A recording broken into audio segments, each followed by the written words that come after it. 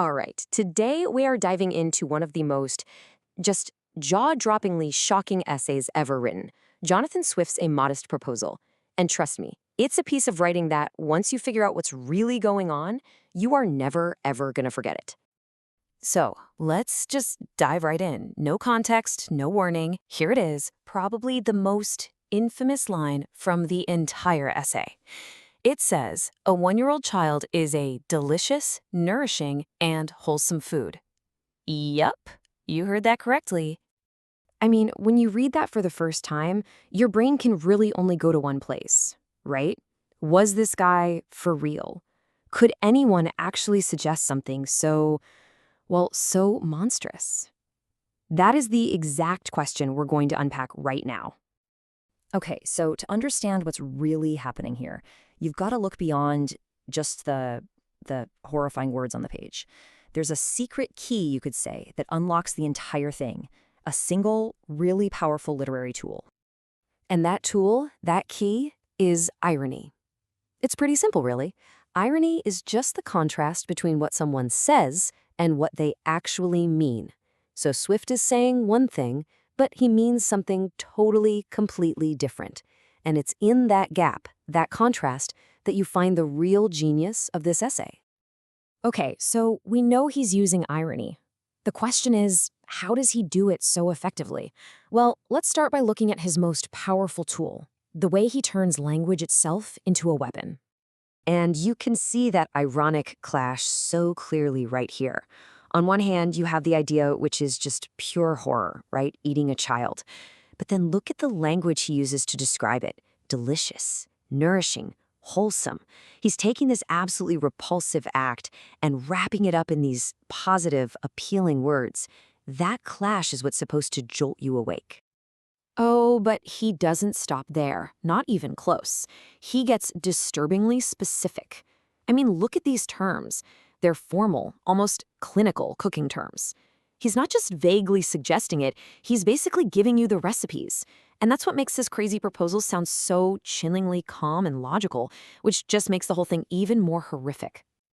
You know, maybe the most unsettling part of this whole thing is his tone. He isn't screaming or ranting like some lunatic. No, he writes with this calm, reasonable voice, like he's an economist presenting a perfectly sensible business plan. And that deceptive calm, that's exactly what makes his point hit so hard.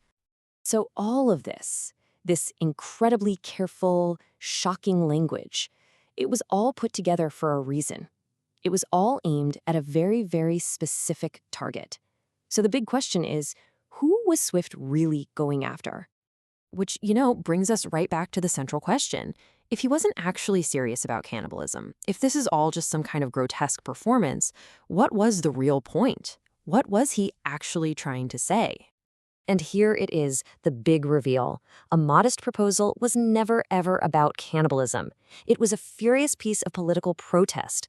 Swift's real targets, the English government's awful policies, the unbelievable poverty those policies were causing in Ireland, and just the cold, heartless attitude of the people in charge. His ultimate point was that their inaction, their willingness to just stand by and do nothing, was every bit as monstrous as his fake proposal. So we know what he was angry about, and we know how he made his argument. But that still leaves one huge question. Why do it this way? Why choose satire? Let's dig into why this shocking approach is just so darn effective. Well, this really gets to the core of it. Swift wasn't trying to be funny or entertain people. He was trying to sound an alarm, like a fire alarm. The shock value wasn't for a cheap laugh. It was a desperate move to shake people awake and really force them to look at the horrible reality of what was happening in Ireland. And the logic behind his satire, when you think about it, is pretty brilliant. What he's basically saying is that the real situation was already so absurd, so monstrous, that the only way to talk about it was with an equally monstrous proposal. He was essentially holding up a warped funhouse mirror to society to show just how ugly things had become. And all of this leaves us with a pretty big final question to chew on. Swift chose satire. He used shock and irony to make people listen when nothing else was working. And it really makes you wonder, when you're faced with a huge injustice and it feels like nobody is listening, what is the most effective way to make your voice heard? It's a question that was relevant 300 years ago, and it's just as relevant today.